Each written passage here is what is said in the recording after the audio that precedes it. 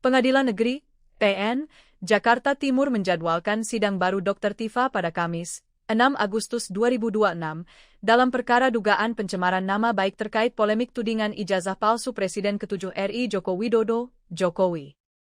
Seluruh tahapan persidangan akan kembali dimulai dari awal setelah dakwaan sebelumnya dinyatakan batal demi hukum. Dakwaan Jaksa Penuntut Umum, JPU, pada perkara sebelumnya dinyatakan batal demi hukum melalui putusan sela, yakni putusan yang dijatuhkan sebelum pemeriksaan pokok perkara selesai.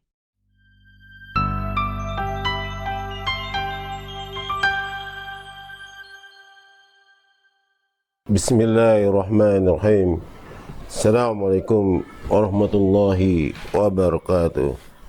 Salam sejahtera buat kita semua. Jumpa lagi di Herman Kadil Channel. Kali ini saya akan mengupas masalah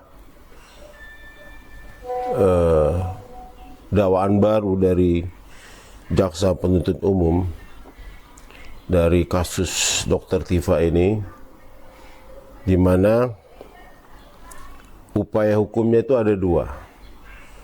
JPU ini terhadap dikabulkannya eksepsi putusan sela Dr. Tifa ini.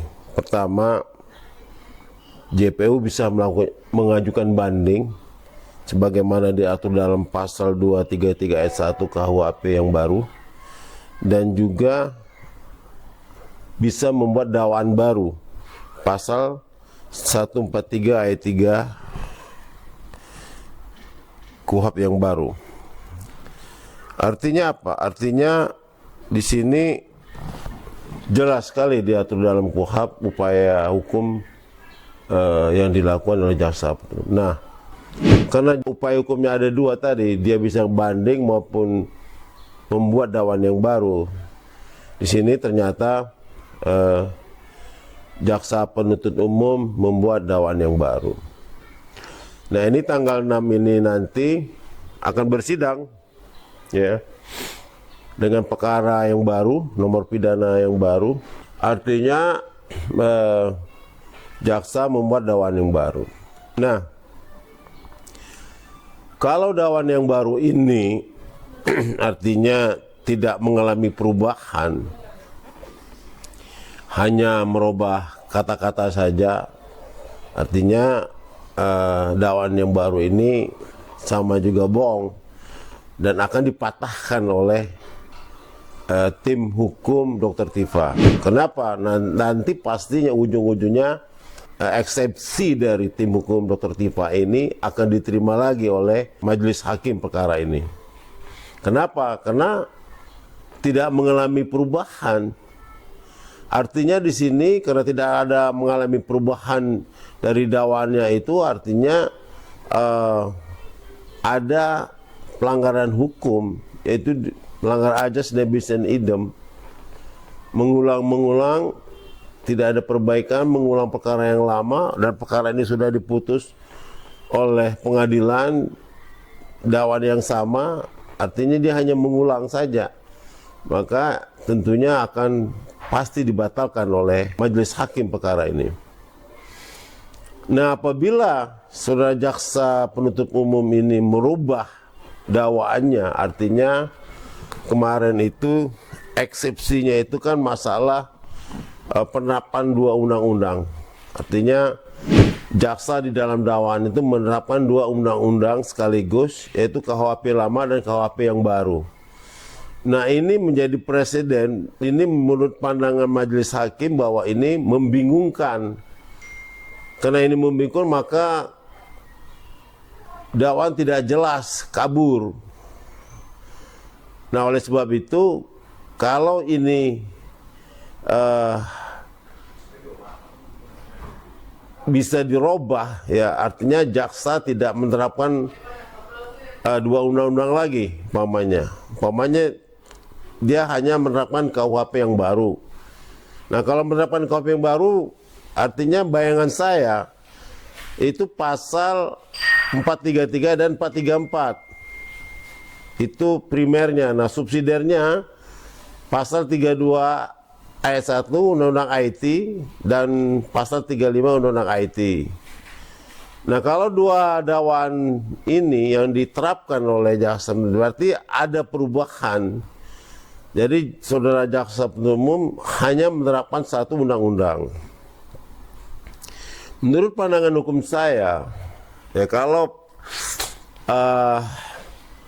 di dalam dakwaan yang baru ini dia hanya menerapkan satu undang-undang, artinya masalah ini tentunya akan menjadi perdebatan baru antara saudara jaksa penuntut umum dengan tim hukum Dr. Tifa. Nah, ini kalau kita lihat dari sisi hukum, pamannya tadi saya bilang tadi bahwa seandainya jaksa itu dia menerapkan satu undang-undang saja KUHP yang baru umpamanya, maka tentunya ini akan menjadi perdebatan yang cukup baik, ya, artinya menjadi perdebatan yang cukup seru di persidangan nanti. Tentunya Dr. Tifa dengan tim hukumnya akan mengajukan keberatan lagi terhadap dakwaan ini. Bisa aja nanti dalam eksepsi itu tim hukum Tifa mengatakan bahwa dakwaan tidak cermat, masih kabur umpamanya. Nah, kita bisa lihat dari pasal 143 ayat 2 huruf B KUHP itu tahun 2025 itu bahwa dakwaan baru masih bersifat umum dan tidak menguraikan waktu, tempat serta perbuatan yang didakwakan secara jelas. Artinya apa? Kalau dakwaan ini juga tidak menjelaskan, ya, tentang tempat waktu secara jelas, nah itu bisa dipatahkan lagi nanti. Yang kedua, tim hukum Dr. Tifa bisa mengajukan tentang azas nebisen idem. Artinya apa? JPU tidak dapat mengulangi penuntutan dengan hanya mengganti redaksi surat. Kalau kita lihat, dia hanya mengganti redaksi surat. Hal ini bertentangan dengan kepastian hukum. Itu bisa dipatahkan lagi dari sisi itu. Yang ketiga, bisa dipatahkan dari dalil itikat tidak baik dalam penuntutan. Bahwa tindakan JPU menarik dakwaan lama dan membuat dakwaan baru adalah bentuk pengulangan yang tidak berujung, sehingga merugikan hak terdakwa untuk segera diadili. Artinya apa? Artinya di sisi ini ada etika tidak baik dari saudara jaksa penuntut umum. Nah, itulah hal-hal yang bisa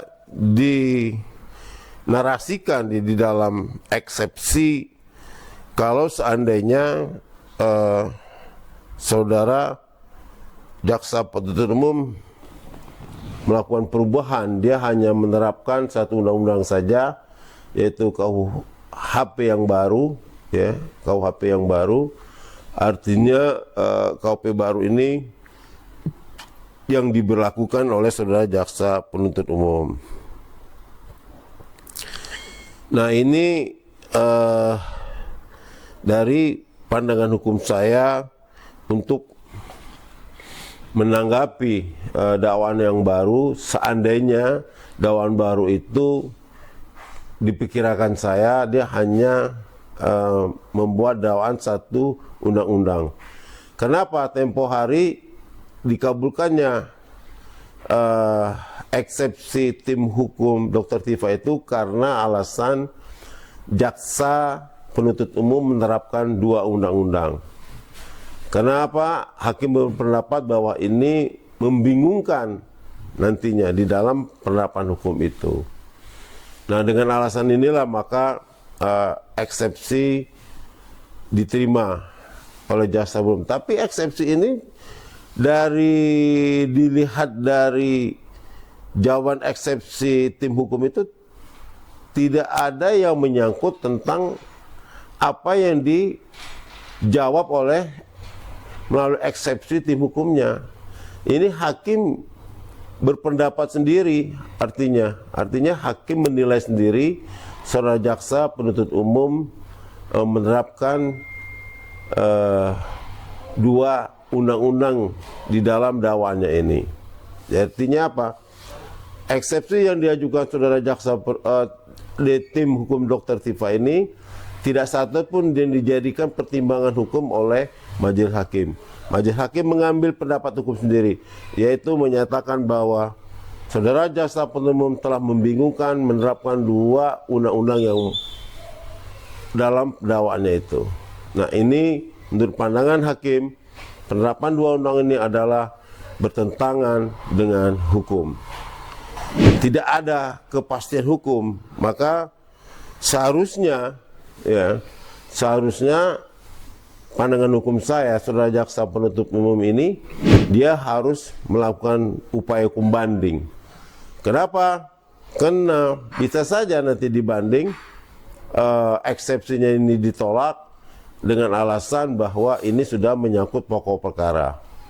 Jelas dari jawaban-jawaban hakim bahwa jawaban-jawaban tim hukum Dr. Tifa itu adalah semuanya sudah menyangkut pokok perkara. Nah, pertimbang majelis hakim, menurut pandangan saya, dikabulkannya eksepsi ini dengan penerapan undang-undang menurut saya keliru juga. Kenapa? Penerapan undang-undang ini, dua undang-undang ini dimungkinkan. Kenapa? Di dalam KUHP yang baru itu, proses peristiwa pidananya itu berlakunya dua undang-undang.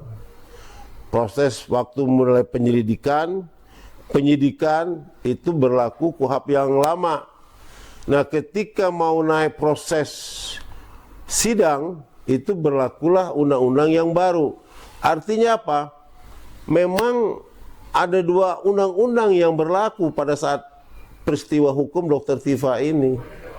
Nah, oleh sebab itu menurut pandangan hukum saya bahwa penerapan saudara jaksa penuntut umum dalam dakwaan yang pertama ini menurut saya, pandangan hukum saya itu sudah benar dan tidak melanggar hukum dan tidak ada melanggar hukum. Karena apa? Nanti hakim yang akan, seharusnya hakim itu akan menilai, memasuki pokok perkara, hakim yang menilai nanti mana yang menguntungkan terdakwa, itu perintah undang-undangnya. Kalau dia menguntungkan terdakwa KUHP yang lama, maka diberlakukanlah KUHP yang lama. Kalau yang menguntungkan terdakwa itu ada di KUHP yang baru, dipakailah KUHP yang baru.